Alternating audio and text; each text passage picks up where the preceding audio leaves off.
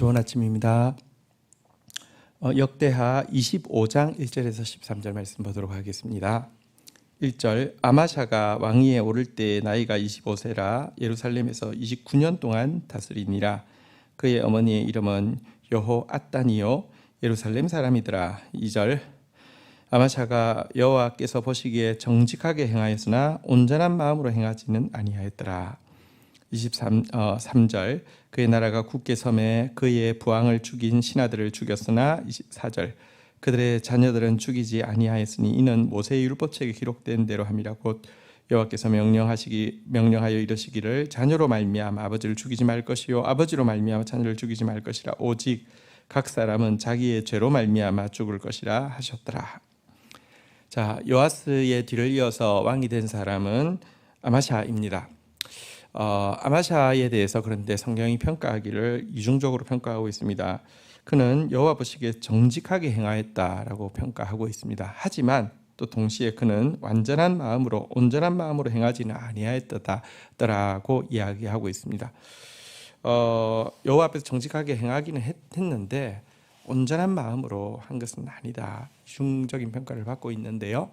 무엇 때문에 정직한 마음으로 했다고 하는지, 또 무엇 때문에 온전한 마음으로 하지 않았다고 하는지 한번 좀 보도록 하겠습니다. 그가 하나님 보시기에 정직하게 행했다는 것의 대표적인 내용이 읽었던 내용에 나온 대로 그가 이제 왕위가 견고해지자 그의 아버지를 죽였던 그 이제 혼혈되어진 그 신하들을 이렇게 처단을 했습니다. 하나님의 그 종을 또 그들이 명분은 여호야다의 피로 말미암아 죽인다고 했지만 사실은 어떤 특별히 그 사람들이 둘 다 이방 계열의 사람인 것은 분명히 악한 의도가 있었던 것을 알 수 있고요. 근데 어쨌거나 왕위가 견고해졌을 때 그를 죽이되 보면 중요한 것은 그의 자손들은 건드리지 않았다는 것입니다. 그리고 그렇게 했던 이유가 율법에 명하기를 자녀로 말미암아 아버지 죽이지 말고 아버지로 말미암아 자녀 죽이지 말고 각 사람은 자기 죄로 말미암아 심판받게 해야 한다라는 이 구절 때문에 자손들을 남겨두었습니다. 보통은 이렇게 되면 또 남아있는 자손들이 원수 갚는다고 막 이렇게 하고 막 이런 일들이 많잖아요, 그죠? 근데 그가 여호와 보시기에 정직하게 행하는 모습이 있었기 때문에 이렇게 했던 것입니다. 자, 그럼에도 불구하고 그가 온전한 마음으로 행하지 않았다라고는 표현도 있는데요. 왜 그랬는지 한번 좀 볼까요? 5절 한번 보겠습니다. 아마샤가 유다 사람들을 모으고 그 여러 족속들을 따라 천부장들과 백부장들을 세우되 유다와 베냐민을 함께 그리고 20세 이상으로 계수하여 창과 방패를 잡고 능히 전장에 나아갈 만한 자 30만 명을 얻고 6절 또 은 100달란트로 이스라엘 나라에서 큰 용사 10만 명을 고용하였더니 자, 이 아마샤 때 전쟁이 있었습니다. 유다 남서부 정도 어쨌든 에돔 땅이 있는데요.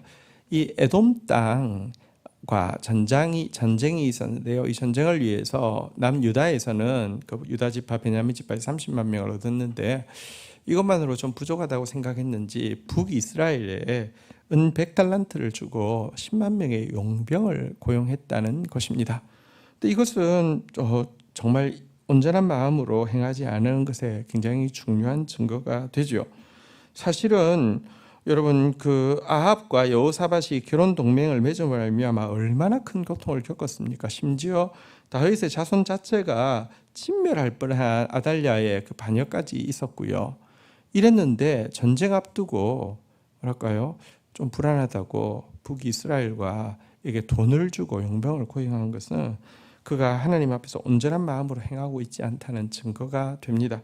자, 이때 선지자가 나타나서 이렇게 경고합니다. 7절입니다. 어떤 하나님의 사람이 아마샤에게 나와서 이르되 왕이여 이스라엘 군대를 왕과 함께 가게 하지 마옵소서. 여호와께서는 이스라엘 곧 온 에브라임 자손과 함께하지 아니하시나니 8절 왕이 만일 가시거든 힘써 싸우소서.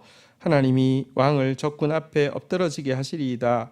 하나님은 능히 돕기도 하시고 능히 패하기도 하시나이다 하니 자, 하나님께서 그래도 하나님 앞에서 정직하게 행하려고 애쓰는 그에게 선지자를 보내주셨죠. 그리고 경고하셨습니다. 북이스라엘과는 하나님이 함께하지 않기 때문에 만약에 그들과 함께 간다고 하면 힘써 싸워도 패할 수밖에 없을 것이다 라고 적군 앞에서 왕이 엎드러지게 될 것이다 라고 경고하고 있습니다. 이게 가능한 일입니까? 객관적으로는 30만 명 가는 것보다 40만 명 가는 게 훨씬 더 승리의 확률이 높지 않습니까? 아닙니다. 하나님 어떤 분이십니까? 하나님은 능히 돕기도 하시고 능히 패하게도 하시는 전능자이십니다. 하나님에게 기쁨이 되는 행동하지 않는 것은, 하나님께서 진노하시는 사람과 함께하는 것은 하나님 절대로 기뻐하지 않고요. 반드시 그 재앙적인 결과로 하나님께서 교훈하시고 심판하시는 것을 알아야 합니다. 자, 그러자 아마샤는 이렇게 묻고 있습니다. 9절 보겠습니다. 아마샤가 하나님의 사람에게 이르되 내가 100달란트를 이스라엘 군대에게 주었으니 어찌할까? 하나님의 사람이 말하되 여호와께서 능히 이보다 많은 것을 왕에게 주실 수 있나이다 하니라. 10절 아마샤가 이에 에브라임에서 자기에게 온 군대를 나누어 그들의 고향으로 돌아가게 하였더니 그 무리가 유다 사람들에게 심히 노하여 분연히 고향으로 돌아갔더라.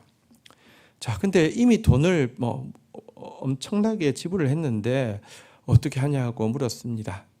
참 쉽지 않은 결정이겠죠, 왕 입장에서도요. 자, 그런데 선지자가 이야기합니다. 만약에 하나님 말씀 순종하여서 그들을 돌려보내고 30만 명만 가지고 전쟁한다고 하면 더 많은 거 주실 수 있다라고 이렇게 하나님 말씀을 전합니다. 그러자 그는 결단하고 그 100달란트 포기하고 그들을 돌려보내게 되었고요. 그러자 용병 왔던 자들은 막 분해하면서 돌아가게 되었다, 이렇게 이야기하고 있습니다.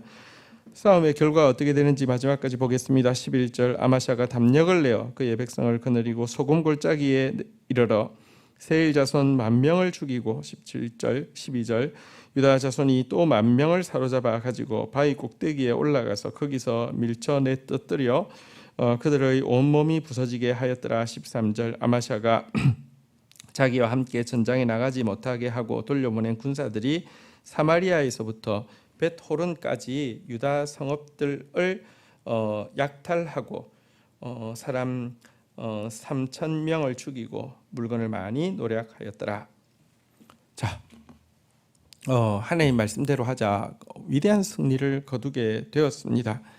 아주 혁혁한 전과를 거두고 이렇게 돌아올 수 있게 되었는데요. 또 한편으로는 그가 인간적으로 의지하여서 받았던 그 용병들, 이미 돈까지 지불하고 그냥 돌려보냈던 용병들이 분풀이 하느라고 성읍들을 약탈하고 3,000명이나 죽이고 물건을 노략하는 그런 또 악행도 저질렀다라고 기록하고 있습니다. 이들은 이제 그 100달란트를 받았지만 사실 전장에 나가면 또 그들이 더 거둘 수 있는 전리품들이 있기 때문에 이렇게 또 감정적으로 분풀이 하느라고 이렇게 했는데요. 이 배후에는 사단이 있지요. 여러분, 우리가 기억해야 될 것이 있습니다. 악한 자를 자기 일에 도움된다고 불러들이는 것은 정말 불필요한 돈을 쓰는 것이기도 하지만 또 큰 손해와 위험을 자초하는 것이라는 사실을 꼭 기억해야 합니다. 아마샤가 잘한 일은 그제라도 하나님 말씀 듣고 순종한 것이고요. 아마샤가 못한 일은 먼저 하나님 의지하는 마음으로 하나님께 묻고 하나님 뜻대로 하나님이 기뻐하시지 않는 자와 함께하지 않는 것이 알아야 했었는데 참 안타까운 일이 아닐 수 없습니다. 우리의 반면교사로 삼고 아마샤같이 정직하게 행하면서도 다윗처럼 온전한 마음으로 행하는 저희들이 되어야 하겠습니다. 주신 말씀 붙잡고 기도하며 나가도록 하겠습니다. 하나님, 아마샤가 하나님의 율법대로 심판하고 있는 이 정직한 모습을 본받게 하여 주옵소서. 그러나 아마샤가 전쟁을 앞두고 인간적인 생각으로 온전하지 못한 마음으로 비용을 지불하고 했던 것이 비용의 손해뿐 아니라 큰 이렇게 손해를 끼치게 되는 모습도 보게 됩니다.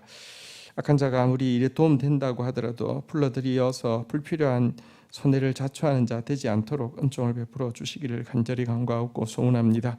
그렇지만 하나님 아마사를 긍휼히 여기셔서 말씀의 사람을 보내시고 그에게 길을 보여주셨던 주님, 우리에게도 항상 저희들이 잘못된 길을 걸어간다 할지라도 말씀의 사람을 통하여서 말씀을 통하여서 하나님 저희들 돌이킬 수 있도록 은총을 베풀어 주시기를 원하옵고 아마샤처럼 또 그 말씀 앞에서 하나님 또 순종할 수 있는 마음도 허락하여 주옵소서.